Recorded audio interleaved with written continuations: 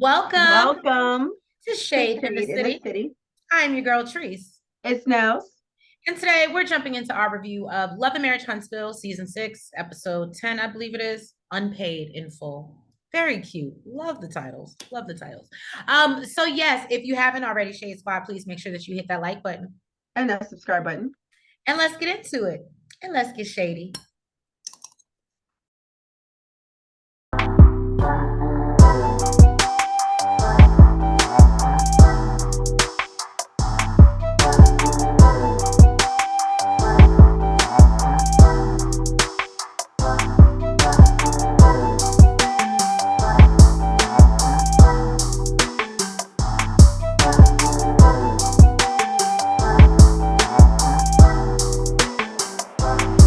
So Tiffany seems to still be going through it. That's where we left off last episode. Stormy runs to go get Kimmy because we know she used to be a nurse. Which I thought was a good idea. I said, okay, Right. Stormy, using your Look, brain, brainstorming. right, brainstorming, love it. So she thinks that it might be Tiffany's blood pressure, but she can't be sure because she doesn't have her cuff. And so she advises Tiffany to basically call an ambulance, which Tiffany isn't really feeling. She's like, no, I'm just gonna lay down on the floor. And everybody is like starting to gather around her, starting to cause a scene, and she's clearly going through it, but is still refusing. Did it aggravate you that she wouldn't let them call an ambulance? Absolutely. It aggravated me too. Right. So Stormy even agrees with Kimmy that she needs to go to the hospital, and finally Lewis steps in and decides that he's driving Tiffany to the hospital. And so they get in the car and they speed off, and yeah, but you don't have any thankfully we know sirens. everything is okay and baby Ace was okay, but I was really not here for you playing with I your still life or that would baby's have life. felt better with them calling an ambulance because, sir, you don't have any sirens. You can't get through no lights. Like, the hell? The ambulance can get there faster. They can Well, block I off guess the I lights. mean they are in the country. We don't know how long it was gonna take the ambulance to get to her. Yeah, but they got sirens to get there faster. Well, They can get out of traffic. Lewis got to sit in traffic. that's true. And they have the stuff to check and see where she's at, vitals, and On the way to the hospital. that's true. That's true. I'm gonna give you that one. I'm just saying. Get into Mr. Marceau. He's breaking ground on his new project with Gino. I'm not sure what the project is. Do we know what the project is? No. Okay. So he basically, to memorialize this occasion, he's doing a photo shoot.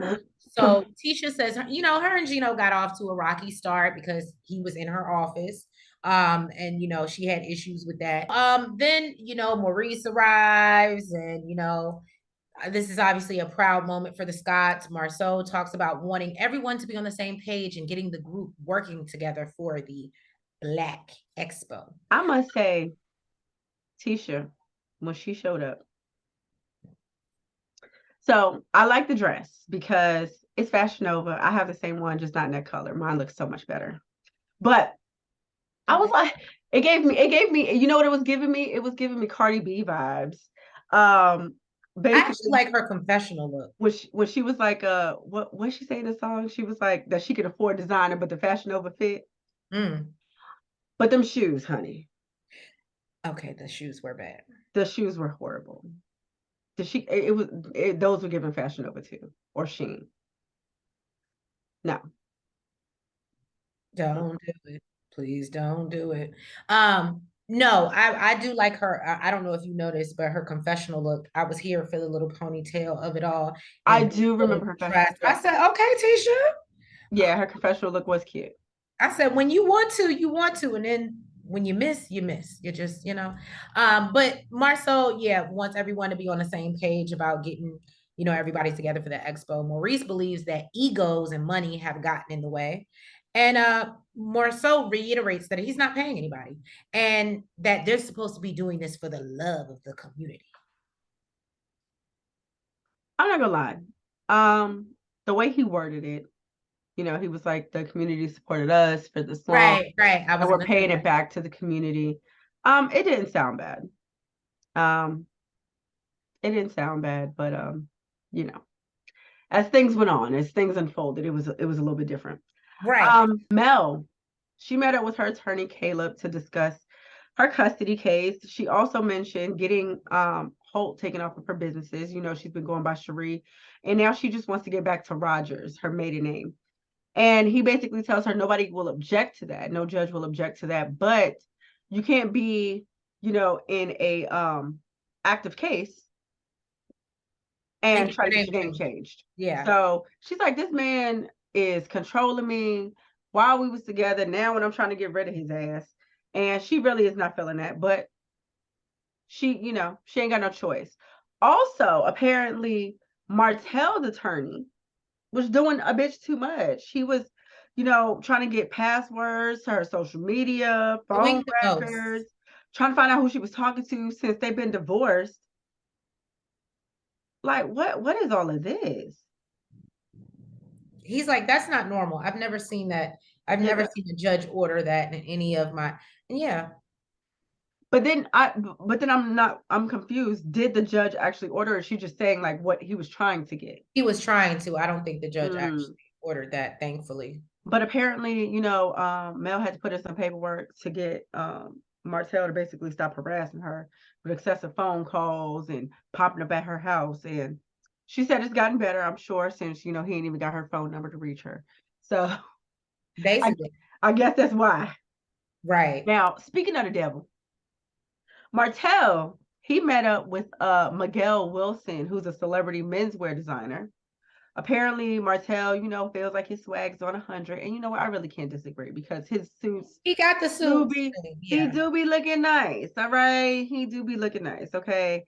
Now, apparently, this man is trying to sell suits now. He just trying to. He needs some money, y'all. Yeah, he's trying to he ain't passing his test. He needs some money. And Miguel is giving him plenty of ideas. He's offered to put his suits in his store and lets him know, he wants to make space for other Black brands. And he tells him, you need to come up with like $100,000. You ain't got to do it all at once, but just something to get some samples going. And then tells him he has a black tie event in DC. And when his wife, I think it was his wife, mentioned at the harbor. So it makes me think that they're talking about National Harbor. They still call it DC, even though it ain't. But and he's gonna give him a segment of his already sold out fashion show. I thought that was super dope. That was super supportive. Oh no, absolutely. That was crazy dope because I heard about him being around the corner. We could have invited Martell to the cookout. No, Martell can't come to the cookout. Oh, okay. Miguel can come to the cookout. Oh, just not Martell. Okay. Tiffany basically says that she had an issue with her pressure, which we thought. And basically her doctor tells her she needs more water. I think she was dehydrated as well. She needed more water, and she basically needs to sit her ass down. Now Tiffany is in the bed booking her last business trip. But you know what? Actually, I think that's the problem. The doctor told her to rest, and all she's hearing is sit your ass down. She's not actually hearing rest. So she's actually working while she's sitting her ass down. That's the point. So Lewis expresses his concern, and he even gets a little bit emotional and tells her, that whole situation and them having to rush to the hospital really scared him. And he basically is like, can you please listen to what the doctor is telling you about your health, about our child? So, and, Tiffany apologizes for scaring him and says she would drink more water, but she ain't say nothing about slowing down. And she's actually planning her last business trip. Right. So they go back and forth, and Lewis is obviously annoyed at this point because he's only one. Well, I know he got other kids, but he's only one person's daddy at this point. And the fact that he needs to play father to Tiffany and doctor, and she ain't listening to the doctor nor him, is annoying. And I would be frustrated as well. And so then they talk about the conversation that happened outside with Marceau and Maurice. I was surprised she actually brought it up. Martell. Huh? I said I was surprised she actually brought it up. Right. But she's messy. Of course she wanted to know.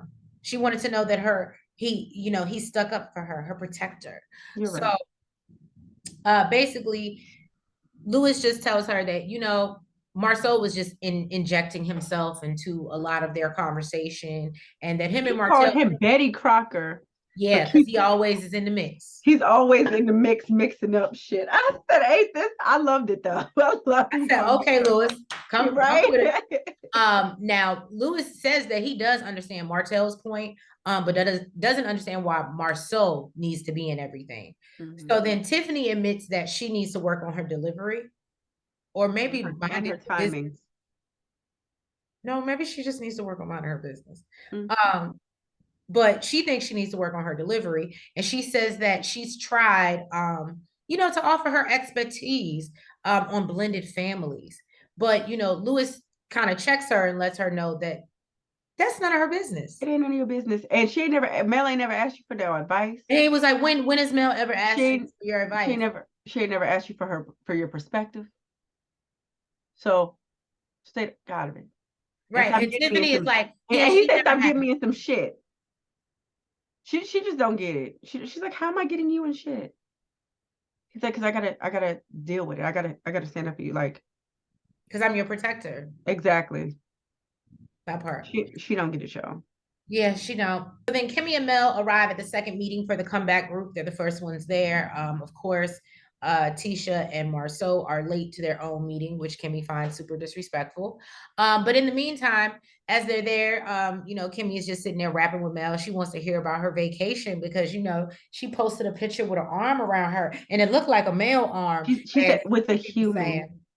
Huh? She said with the human. With the human.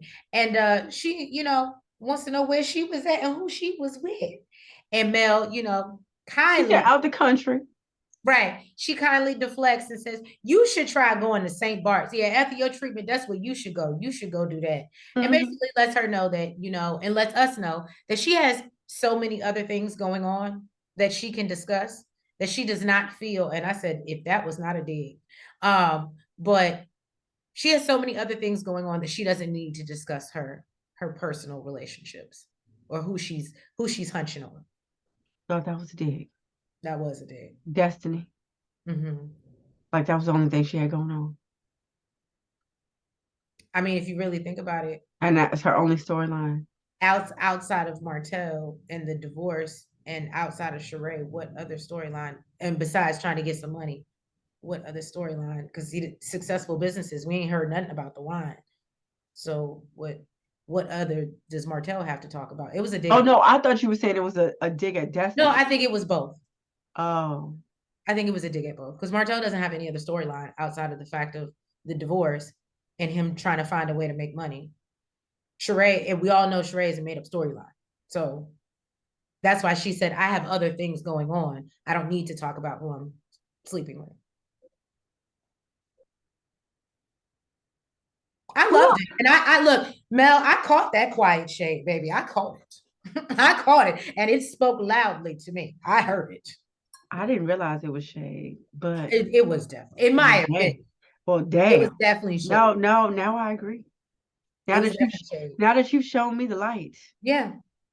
And we all know Destiny was removed from the show because she wasn't. And she had no storyline besides her man, and she didn't want to talk about it. Well, then. And a failing store that is no longer open. No shade, Destiny. I'm just putting it out there. Everybody gets there. Yeah. Okay. And Martell couldn't get a pound it, a handshake, a high five. I don't want it. A nothing from Mel. Okay. And he was clearly, of course, bothered by this. But Tisha came in hot. Okay. Tisha dropped the bomb that ain't nobody getting paid. Okay. Not now. Not now. Black Expo. And Mel is feeling some type of way that they're willing to pay other people, but not pay within this group. And, she says since 2018, the community has supported them and, they've been making money off this community and, have. Can I just say this? And because I just threw a lot of shade, but I'm going to have to give Martell his props because the way he went, I'm just saying, I have to give Martell, I got to give him his flowers. I do. Yet. And basically everybody's successful because of the community. And if they do, raise money from sponsorships, they want to put it back into the community instead of their pockets. And Kimmy basically broke that shit down. Okay, she said, the other half of this dissertation was about the comeback. Okay, and you're talking about in the beginning, which was actually 2016, not 2018. We wasn't called the Black Expo; it was the comeback group, and this is basically the same thing. And Martell actually stood up for Mel and said, Mel made it clear that, she wants to be paid instead of shutting it down. You should at least ask, what she wants to be paid, because she is a public speaker and she gets paid to speak and she's very influential. I said, even after he felt shaded like hell by Mel, right. he still stood up for her. And yes, and I'm sure that's where you was going with that. That's what I was gonna say. I gotta give you your flowers, Martell. That was beautiful. You, for once, being the bigger person and just speaking truth, even though you may not rock with her right now, or vice versa. That was dope. He was still looking out. And then Mel says her issue with Tisha is basically she came in 10 toes down, talking about nobody's getting paid. But the last meeting, Mel was the one that brought up sponsorships and nobody was even talking about it. And now y'all are throwing this all around with her idea. So they didn't really touch on that. But Marceau basically says, ain't nobody getting paid. And, and he feels like they're being greedy. And basically, yeah, you're being greedy because you're making money off of people that were supporting you. And I love when Kimmy is like, I don't think that they're going to be into just losing money, just giving. Because basically what they're saying is that they're not using any of the sponsorship money to put back in their pockets, but they're paying for the event. And so, yeah, they actually want them to donate. So you're taking a loss. You would be taking a loss because you're paying for the event, but you don't plan on using any of the sponsorship money to put that money at least back in your pocket. No, they want to put it back into the community. Even the money that you lost. That's where Kimmy is, right. She's like, I get doing a pro bono event, but you're not even going to reimburse yourself for what you spent. And she said, no. This is a Black Expo event, QU, not CK. And that means business. Okay. Y'all are all about the business. I said, oh, get it, Kimmy. Get it. I said, oh, okay. Kimmy is not playing. But then she also brings up the fact that, this is a comeback initiative. Right. So again, it comes back to the comeback. She said you slap new management on it. And really, I'm not looking for money. I just want y'all to say what it is. And this is the comeback group. And Maurice agrees. This is the comeback group. And y'all, and you know what? But we can't come back. One thing that Kimmy said in the beginning that we missed is that Marceau sent out a long ass letter about how he wanted to be in charge. He wanted to be the boss of the comeback group. Okay. And now they have this Black Expo that is basically the comeback, but it's Tisha and Marceau. So that would make him in charge and be the boss. But it is basically still the comeback group. And that's where she's getting at with that. She wants you to just say it is. And one thing that when you speak of that, we also have to talk about how Kimmy did kind of call Mel out a little bit, as far as like, they were fine with being in the comeback group and, trying to work things out. And it was actually Mel who wanted to step in and dissolve it. So. And nobody else wanted to dissolve it. Right. So at the end of the day, they need Mel to be on board, is kind of what it sounded like. And I don't see it. I don't see it. Like, she's a professional speaker. Like, that's why I was happy Martell said that. Like, if anybody deserves to get. Well, technically now they don't need her to be on board because now it's under the Black Expo. Oh. Under the comeback group, yes. Look, I bet you they still want her donation. They still want her to speak because she's influential. And then, but that's where Mel is coming from. When Mel brought up, I've had several events, because I think Marceau tried to say, well, what we're going to do is put it back into other events and charity drives and things that you guys want to do for the community. And Mel was like, well, I've had 3 to 4 years of events and ain't nobody sponsored you. And what got me is wants to come in and be like, well, I tried to support your skincare line and you kicked me out. She was like, no, we're talking sponsorship. And then you know what? So I know Tisha can't speak, okay, but I still felt like she had an understanding of things, right? But clearly not, because even in the confessional, she's still talking about how she supported or tried to support versus being a sponsor. Right. Mel is talking about money, honey. Right. Okay. Money making Mel. The hell, you ain't sponsored nothing. So yeah, it was to be continued, okay? Because this we know that they meetings, when they get heated like this, they can go on for a while. Wow. And that looks like what's gonna happen here. But yeah, thank y'all so much for tuning in to our review. Yes, if you haven't already, please make sure that you've hit the like button, you comment, you subscribe, and you hit the notification bell. and y'all make sure you're following us on all the platforms, the TikTok, Twitter, Facebook, IG. We're getting better at, keeping y'all up to date on our lives outside of when you see us here talking about the shows. So definitely tune in. Make sure you're following us. And guys, catch us tomorrow because we'll have Real Housewives of Atlanta and our before the 90-day update. But yeah, I'm sorry, let's say Tuesday because our baby's graduating tomorrow, so you might not catch us tomorrow. But yes, thank you guys so much. And yeah, we'll catch you later this week for another review of Love and Marriage Huntsville. Have a good night and a great week. Bye-bye.